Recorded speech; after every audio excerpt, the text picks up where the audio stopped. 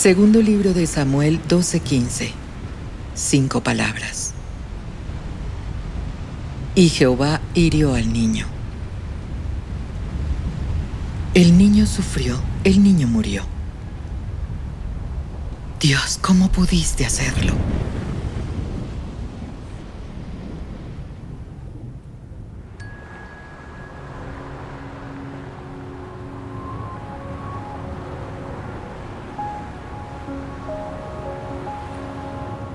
Grenada, Mississippi, era un pequeño pueblo estadounidense. Los niños jugaban afuera, íbamos juntos a la iglesia y a la escuela. La mayoría de los niños estábamos en la iglesia antes de haber nacido. La vida era buena. Recuerdo que cuando era niña, quería sentarme al piano y componer música. Quería hacerlo, pero aún había otras cosas en la vida que quería hacer.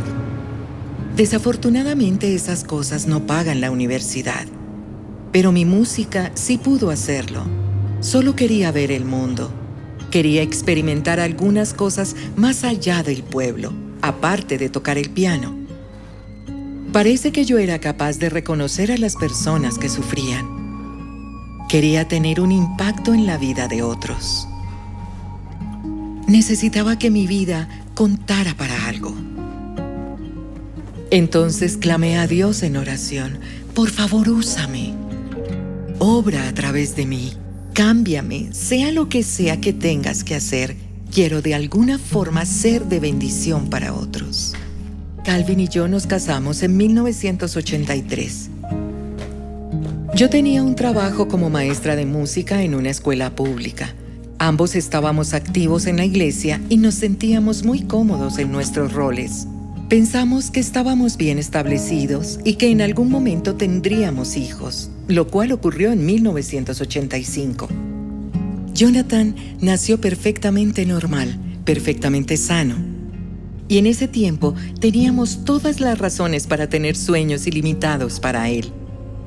Quizás sería el próximo Billy Graham, quizás sería gobernador.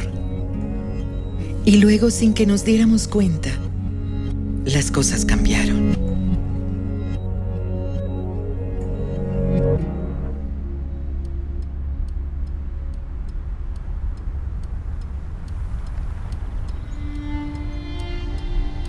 Mire, a veces algo le sucede a un niño y el padre sabe que pudieron haberlo evitado.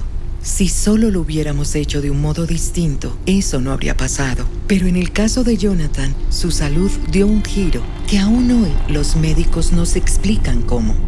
Las convulsiones de Jonathan eran tan violentas e impredecibles que se ponía azul por no respirar. Y lo recuerdo como si fuera ayer. El médico salió y puso su brazo sobre mi hombro, me abrazó y me dijo: lo siento tanto, tanto. Pero usted y su esposo deben prepararse para desprenderse de su hijo.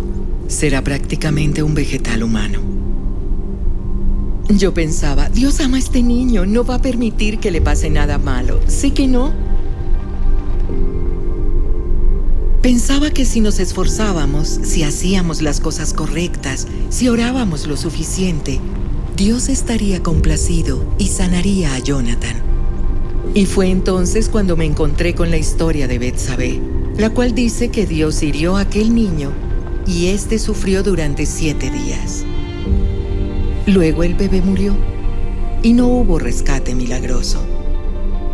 Y en todos mis años de estar en la iglesia y en todos mis años de andar con el Señor, leer la Biblia y orar, nada me preparó para ese momento. Jonathan tenía un ataque.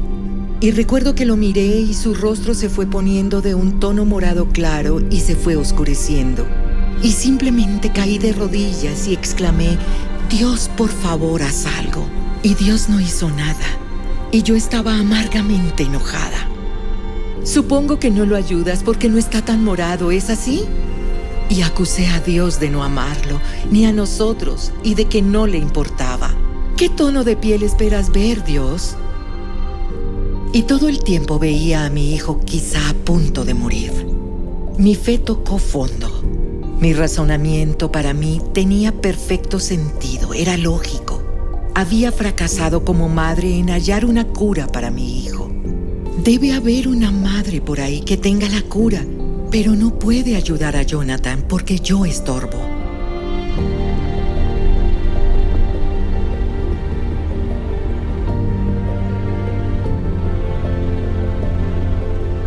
Recuerdo que tomé las pastillas, todo el frasco de pastillas, y pensé, ¿sabes qué? Quizá debería decírselo a alguien, porque Jonathan entrará a la casa y hallará a su madre fría y muerta en el suelo.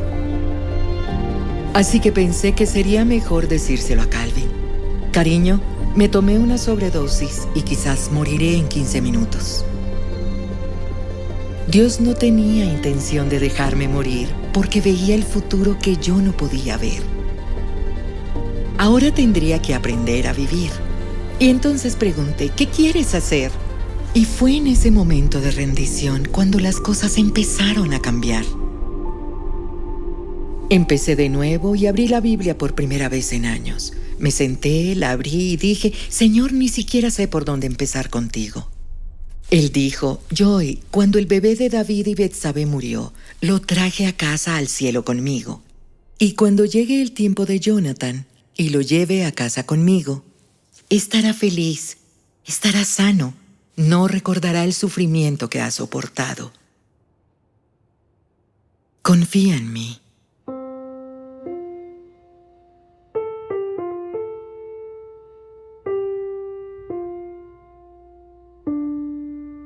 Esa fue la primera paz que disfruté en muchos, muchos años.